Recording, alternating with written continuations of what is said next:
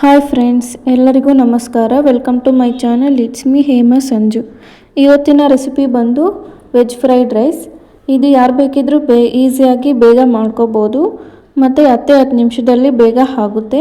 ಬನ್ನಿ ಹೇಗೆ ಮಾಡೋದು ಅಂತ ನೋಡ್ಕೊಂಡು ಬರೋಣ. ಮೊದಲಿಗೆ ಸ್ಟವ್ ಆನ್ ಮಾಡಿಕೊಂಡು ಕಡಾಯಿ ಇಟ್ಕೊಂಡಿದ್ದೀನಿ. ಕಡಾಯಿ ಸ್ವಲ್ಪ ಬಿಸಿ ಆದಮೇಲೆ 2-3 ಸ್ಪೂನ್ ಆಗೋಷ್ಟು ಎಣ್ಣೆ ಹಾಕ್ತಿದ್ದೀನಿ. ಎಣ್ಣೆ ಬಿಸಿ ಆದಮೇಲೆ ಸಾಸಿವೆ ಹಾಕ್ತಿದ್ದೀನಿ. ಸಾಸಿವೆ ಸಿಡಿದ ಮೇಲೆ ಇದು ಬೆಳ್ಳುಳ್ಳಿ ಕಟ್ ಮಾಡಿ ಇಟ್ಕೊಂಡಿದ್ದೆ ಸಣ್ಣದಾಗಿ, ಅದನ್ನು ಸೇರಿಸ್ಕೊಳ್ತಿದ್ದೀನಿ.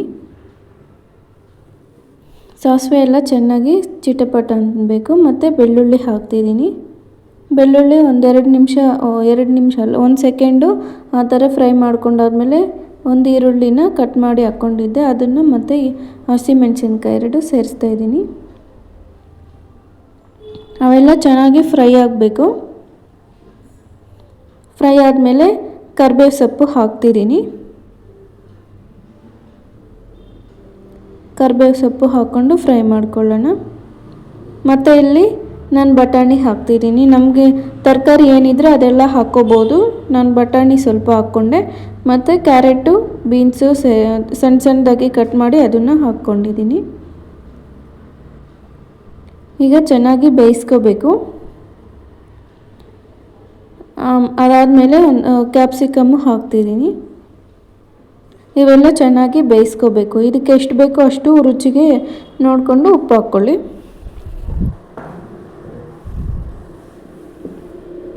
ಇದು ರೈಸ್ಗೆಲ್ಲ ಉಪ್ಪು ಹಾಕಿ ಮಾಡಿರ್ತೀವಲ್ಲ, ಮತ್ತು ಇದಕ್ಕೆ ತರಕಾರಿಗೆ ಎಷ್ಟು ಬೇಕೋ ಅಷ್ಟು ಮಾತ್ರ ಹಾಕ್ಕೋಬೇಕು ಉಪ್ಪು. ಮತ್ತು ಇಲ್ಲಿ ಸ್ವಲ್ಪ ಬೆಂದೋಗಿದೆ ಇಲ್ಲಿ.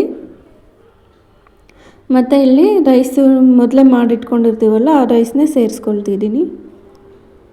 ನಾವು ಸೋಯಾ ಸಾಸು, ವೆನಿಗರು ಏನೂ ಹಾಕ್ತಿಲ್ಲ, ಹಾಗೆ ಮಾಡ್ಕೊತಾ ಇದ್ದೀವಿ.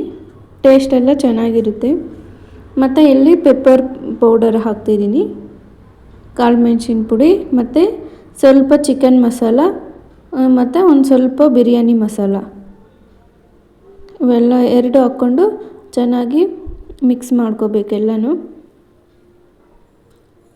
ನೋಡಿದ್ರಲ್ವ ಸ್ನೇಹಿತರೆ ಈ ರೆಸಿಪಿ ಹೇಗೆ ಮಾಡೋದು ಅಂತ. ನೀವು ಇದೇ ಥರ ಟ್ರೈ ಮಾಡಿ ನೋಡಿ ಹೇಗೆ ಬಂತು ಅಂತ ಕಮೆಂಟ್ ಮೂಲಕ ತಿಳಿಸಿ. ಇನ್ನೂ ನನ್ನ ಚಾನಲ್ನ ಸಬ್ಸ್ಕ್ರೈಬ್ ಮಾಡ್ಕೊಂಡಿಲ್ಲ ಅಂತಂದರೆ ಈಗಲೇ ದಯವಿಟ್ಟು ಸಬ್ಸ್ಕ್ರೈಬ್ ಮಾಡ್ಕೊಳ್ಳಿ, ಶೇರ್ ಮಾಡಿ, ಲೈಕ್ ಮಾಡಿ, ಕಮೆಂಟ್ ಮಾಡಿ.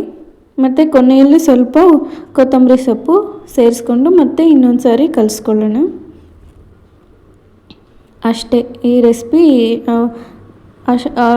ಖಾಲಿ 10 ನಿಮಿಷದಲ್ಲಿ ಬೇಗ ಆಗಿಬಿಡುತ್ತೆ.